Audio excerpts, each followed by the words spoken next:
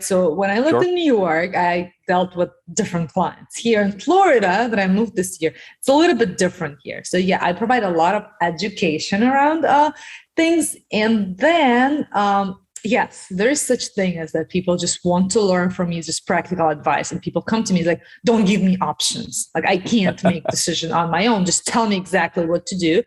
And there's such a thing as like meal planning. And what part of my book writing, I created this 28 days meal plan for women. You know how you said, there's some people that they can't even understand what's good for them anymore, right? Because they've been eating like crap. And I literally have to come in and it's like, okay, this is what you got to do. Like, don't think anymore. Just do what I'm telling you, right? And then provide them the food shopping with all the organic ingredients and all the things that they never buy, all the green vegetables. And this meal plan specifically for women, because as you said, like there's different factors, and one of them is hormones. I have a lot of female clients that come to me and they talk about discipline. 1 week I'm so good, I'm eating my green juices and green salad, I'm so good, and then another week I just can't like motivate myself to get out of bed, and I'm just doing this. And I studied, like I worked with doctors, and I know how hormones and how affect our well-being, and how 4 weeks of a 28-day cycle are not the same. And there's some weeks that we could fast and we could eat less, and there are other weeks that we need more fats and more grounding foods when we're ovulating and we're producing all these hormones. And that's what I've able to provide. But that's also requires a lot of education around it. But that's something that brings a lot of peace and removes a lot of stress for women when they see how, it's actually normal that I don't feel the same week after week. And if I fasted and I did so well 1 week, it doesn't mean I'm going to be doing the same thing the next week, right? And like zooming out and being able to see how it's not day after day that you're supposed to be, consistency, right? Produce the results. And that's what they teach us about success, right? But that might work for male body, but not for female body. So consistency in your 28-day cycle is a different approach. Like, taking all these things into account, in addition to everything else we talked today, is very important.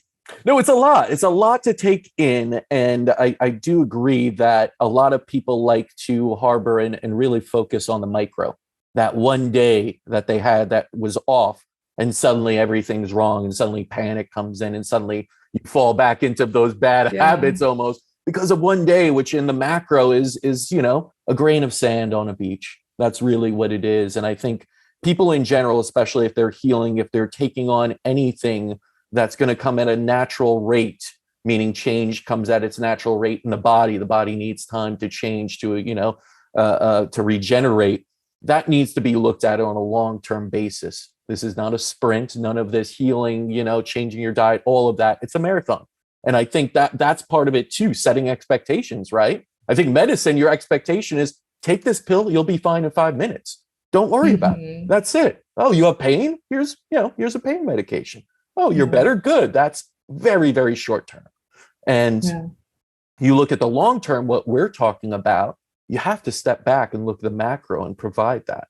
And like you said, I think a lot of times there is this overwhelm, so much information out there. Like we mentioned, so many influencers saying, do this, most of them being paid to say, do this.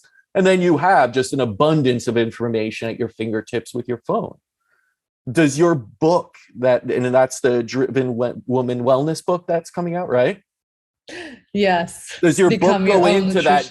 Do you make it easier for people to figure this stuff out? Because I think most people are saying, as long as it's a little bit simplified, then I could probably do it. But out of the overwhelm comes hesitancy, comes this sort of, I don't know what to do. It's too much. Yes.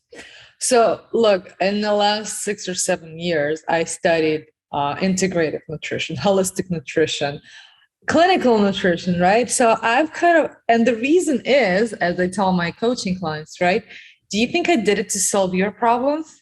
No, I did it to solve my own problems, because I'm a foodie. I love food. I love talking about it. I like cooking. I like eating. I like to overindulge sometimes. I'm a human too. And all these things, that I studied, I kind of like, because I also have a PhD in practicality, quote unquote, like I kind of like was able to boil down all the essence. Like, what do I need to know? Do I really need to know about veganism and all how it's gonna like solve the all the problems in the environment? Yes, but there's so much more to it. So I'm kind of like I'm able to argue both points, no matter who I'm talking to. And the book is all about providing this practical advice and set of practical knowledge and steps that people can take, like all the things that they need to consider before they completely give up like a whole food group or like a whole thing, right? And go into the deprivation mode, things that they need to consider to become their own nutritionist.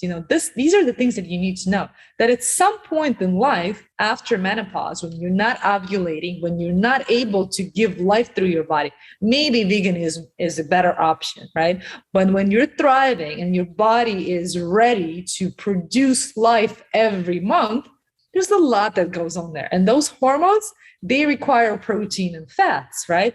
And veganism might not be the best option. And it's my job to let you know, right? This is just an example. Like, I'm not trying to like hurt like anyone's choice, but like, it's just one example that I give on all these things that I want to communicate for people to make decision on their own once and for all, solve this problem, stop arguing with other people about their food choices. Just because you're vegan and I'm not, it doesn't mean I'm going to tell you what to do with your life, right? You made a decision for yourself and I made a decision for myself, and we're able to respect each other's like choice and decision, right? But that's what usually like happens with people when they like still trying to figure out, just because I decided 3 months ago to be vegan, you should be too. I'm sure you've heard those opinions. And I was like, okay, but now as a medical and diet professional, I get those things thrown at me all the time. People like, you're a dietitian, you eat that? Who are you? And I was like, look, I've worked with so many people who changed their mind.